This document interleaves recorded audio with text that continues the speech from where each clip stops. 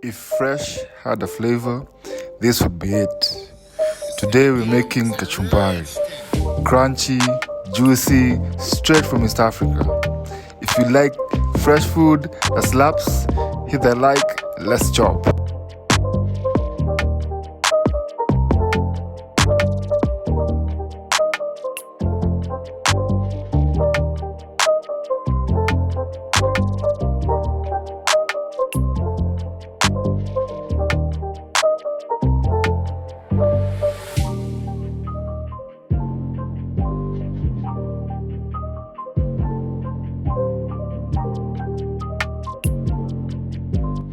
You have to admit, the knife skills on point.